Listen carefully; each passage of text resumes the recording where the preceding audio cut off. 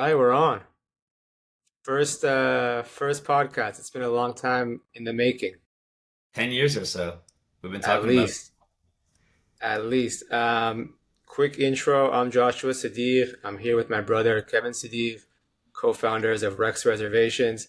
And the goal of today's podcast is to just kind of explain what we do. So, my mom recently asked me if my friends ask what it is you do, how do I explain it to them?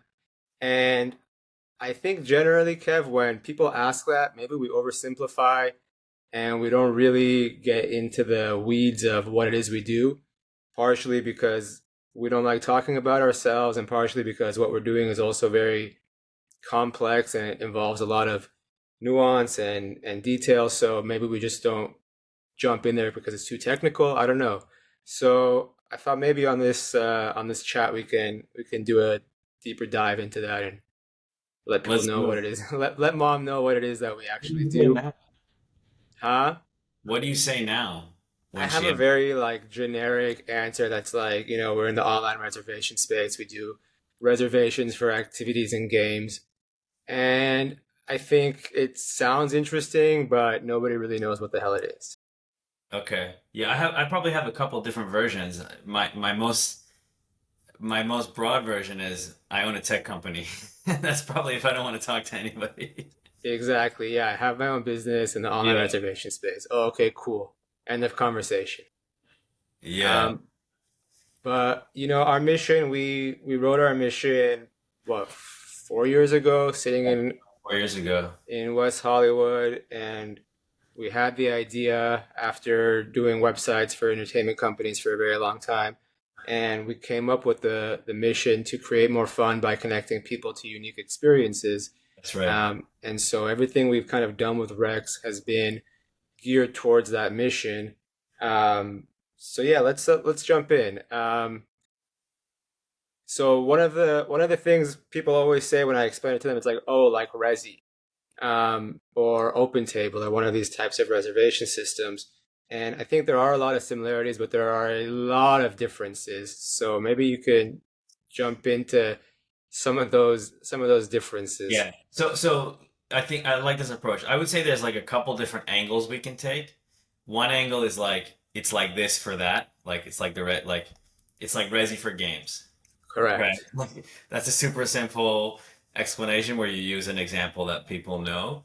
And then the other example is like, I help so and so do so and so, right? I help Right. X do Y, which is another format. So let's maybe stick on the first example for a little bit and see if we can come up with a few, and then we'll jump to the other. So I think both Resi and OpenTable are pretty good examples that people know. So sometimes I say like it's like Resi for games, or it's like Resi for parties, or it's like Resi for activities and experiences. I think part of the confusion there is when I say that, people think we have a consumer facing app. Yeah. And so like, Yeah. oh, so I could jump on Rex and I could reserve bowling lane. And I'm like, well, not quite. Yeah. It's through our the businesses where you go on Rex and are able to make those reservations. So there's a little bit of a disconnect there. And obviously that's something that we have for future plans, hopefully, but it's just not there yet. Right. So that would be the same if we use OpenTable, I guess. So okay, let's explore the other one. So um, we used to say we help entertainment centers Sell sell more fun, or fun, yeah, yeah, sell more fun. or increase online bookings. That's one that I use sometimes. And then it kind of gets into the conversation of what's an entertainment center. The other option is like I can use an example on the activity side, and I say like places like Topgolf, right? Correct, correct. We help places like Topgolf sell online reservations. Yeah, Right. well, maybe let's take a step back and let's actually walk through everything that it is that we do. If you could, similar to how you would kind of demo it for somebody, maybe you could explain it in very like basic terms, the process and all the different facets of the business, so that people listening could understand what it is that we provide for our clients and then for their guests as well. Yeah, sure. So let's just touch on the mission again. So the mission is to create more fun by connecting people to unique experiences. And how we do that is we've created a tool. We've created a booking tool that our customers use to sell those fun experiences. So what Rex does is it provides a booking page where a venue can sell any type of experience, activity, game, event, or party. And so they use our tool to be able to do that because it's super flexible. So what does that include? It includes a lot of different types of games and centers, from golfing places to bowling to pickleball, shuffleboard, darts, axe throwing, etc. So those are sort of the activities, right, at the broader level. And then within those, there's a ton of things you can do. You can sell hourly activities. You can sell birthday parties that include those activities. You can sell admission to the venue where you can play everything, right? So we give our customers that flexibility to sell access to the spaces that they've built in any way that they want to do it. Yeah, and each venue has its own very unique rules, whether you want buffer time before a reservation or after a reservation, whether you want to charge cancellation fees, whether you want to do X, Y, and Z. We've given each venue so many different ways to customize these rules to fit specifically for their needs, which I think is very unique and differentiates us from a lot of the other reservation softwares out there. Yeah, totally. I mean, flexibility is at the core of everything we do. So almost everything that can be set up in our app is flexible, and everybody does things differently. And they're really serious about the way they do it, right? You talk to people who do something one way and then somebody else does it a completely different way. Yeah, I think for a venue to start using a new software is already a big hurdle. And so you don't want to necessarily upheave their process of doing stuff. You want to kind of work with their process. And so giving them the tools to kind of curate it to how they're used to doing things in venue is key, as opposed to giving them something that's going to make them shift the way they do everything in venue. That's right. And it's like stepping stones. You try and meet them where they are with their current setup, get them set up that way, and then you can introduce new improvements. Oh, what if you did it this way? What if you added this? What if we changed this? And then they can kind of get familiar with each step and make those improvements. But yeah, the flexibility that we offer lets us meet them where they are now. Because sometimes when we talk to venues, they'll be like, "Oh, we have to do this certain way," and we can be like, "Okay, well, it's not exactly how we see it, but we can meet you there. We can do it that way, and then maybe we'll make improvements after that." Correct. And a lot of the time where they think they have to do something a certain way, they could launch with Rex and realize, hey, maybe we could do it a different way. And they Oh learn yeah, from it and they iterate and they move and sometimes even become better in the process because of that. that's right. That's exactly right. So as far as the business, there are a few groups that we're trying to cater to. Obviously, the first are the guests, right? So we want to make sure that the booking experience is really optimized for the guest experience. So when they come on, they are, being able to book very easily and not having any friction or hurdles in the booking process. Yep. So that's one aspect. The other aspect are the venue operators, the people on the ground who are, um, dealing with the customers in venue and checking them in and doing all the actions required towards getting reservations into the door. So maybe we could chat about that component of the business a little bit. We've chatted a little bit about the guest facing side, but maybe we could chat a little bit about what we do for the operators as well. Yeah, yeah. So when we first built Rex, we were really focused on the guest experience. What does it look like when a guest books? Because where does the guest experience start? It starts typically online, whether it's social media or the website or somebody's trying to come in to book. That's where it starts, and we really focused on that. And then after probably a year or two of launching, we started to add some focus to the staff and the people who are working at these venues who are managing the guests. And that's part of the guest experience as well when it all comes down to it.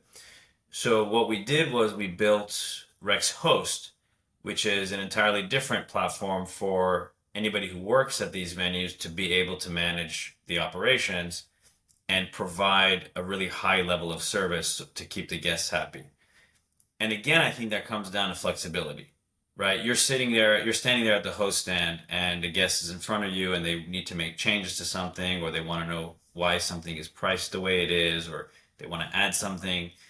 As a staff member, you should be able to support them and answer their questions and make any updates pretty quickly and easily, right? So that they can continue to go have fun. You know, they probably don't want to be standing there figuring something out about their bill or in negotiating something.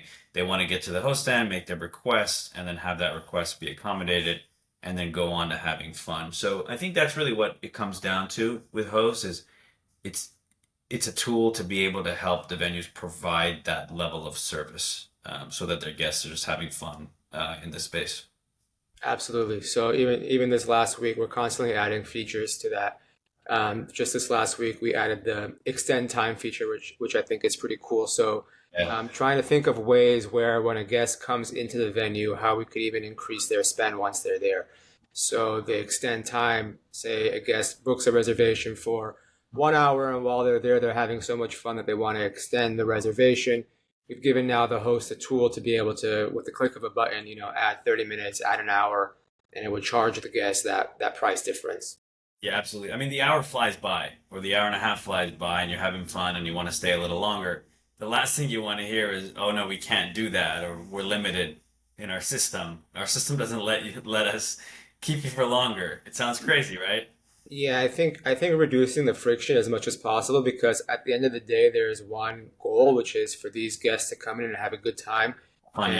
and to be there for as long as possible, playing different activities. So that's something I wanted to chat about as well, because when we first launched Rex, we were kind of singular activity focused, and recently we've launched multi-activity, which is kind of a trend moving forward with a lot of these venues. It's not just your singular bowling alley. The bowling alley now has golf sims. You could add a darts lane. You could add a karaoke booth.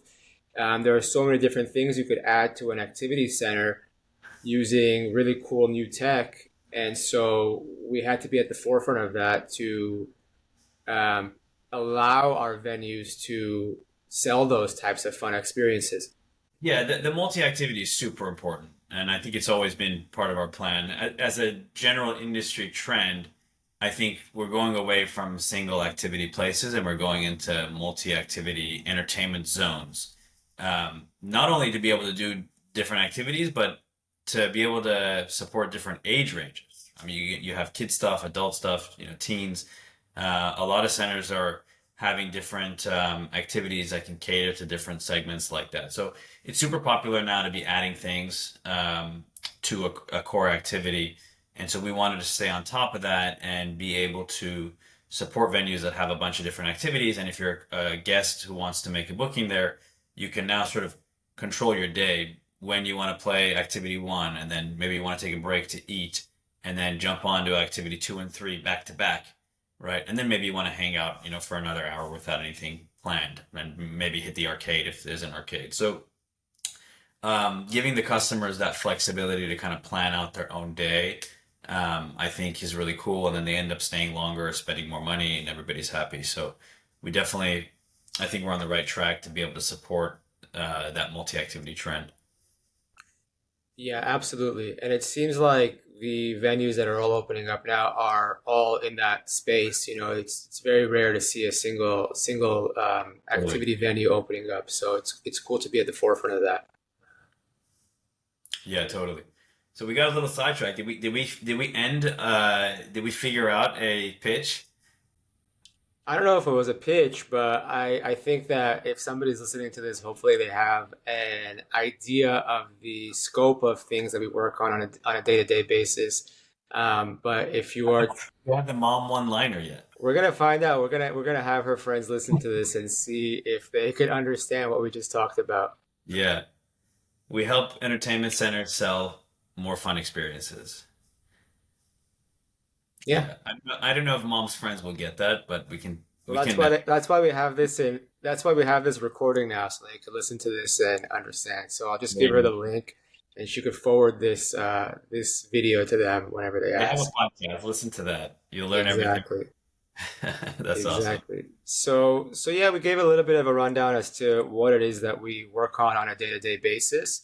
What is it that you're kind of excited about? You know, we just had the new year last month, moving into 2025. Is there anything you're excited about building? Yeah, I mean, I'm excited about everything. We have a lot of really good traction right now, a lot of really cool customers coming on board. I think the app is in a really good place in terms of what it can do for our customers. Personally, what I'm really excited about is redesigning our admin dashboard for our customers, and it's going beyond just a redesign. So we're really thinking about this admin dashboard as a portal for our customers to make more money. And we want to just give them the tools there. So I always, I think our customers are doing really cool and really hard things. If you think about how hard it is to build one of these centers and manage them and then keep a good guest experience and have people coming in and have fun and people are coming in on birthdays and they have high expectations. Our customers have very hard jobs. And I'm just really excited to give them a dashboard, a platform that helps them make that job easier and make more money in the process.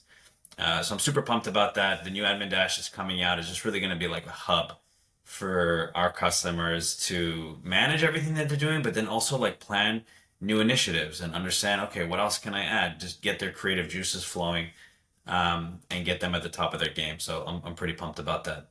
I'd have to say I agree. I'm pretty excited about that. It's going to be awesome, Yeah. and hopefully we could roll that out in the next couple months and get our guests, our users to start diving in there. Yeah, absolutely. Anything else you want to touch on for today? I know we're gonna do this weekly now. Yeah, we should do it weekly. We're gonna be chatting about kind of different pain points in the industries, thinking about how we can answer some questions to common issues that entertainment centers face. Yep. So that's gonna be the game plan. It's the Ready to Roll podcast by the Rex Bros. Let's Uh, go. and yeah, this was just kind of a first episode to get the wheels in motion.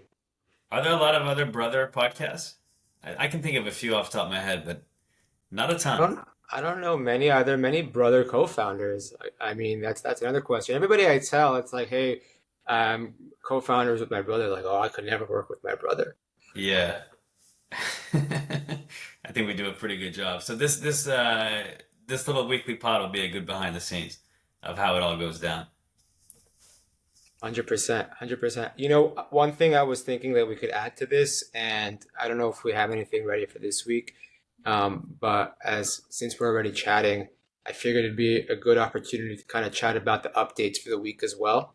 If we had updates that we pushed during the week, generally these podcasts are going to be recorded on Friday, so it's kind of towards the end of the week, and we could chat about the different things that we pushed. So then on Monday when we do our announcement, we can kind of include that little clip as far as, we push this X, Y, and Z update, and this was the vision behind it or whatever it is.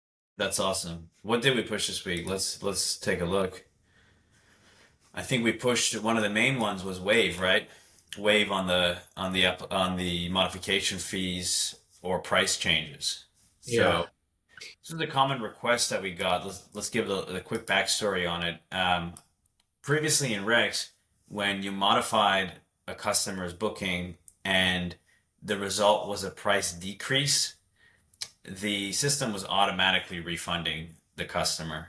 And some of our customers had some things to say about that. And they said, look, we don't really want to refund them. They've already Yeah, paid. once you have the funds, you don't want to give the funds back. It's like, hey, They've already paid. So we added the ability for hosts to be able to accept any modification fees or refunds or just waive them from happening. So they now have full control. If there's an extra charge on the reservation, they can choose to charge the customer.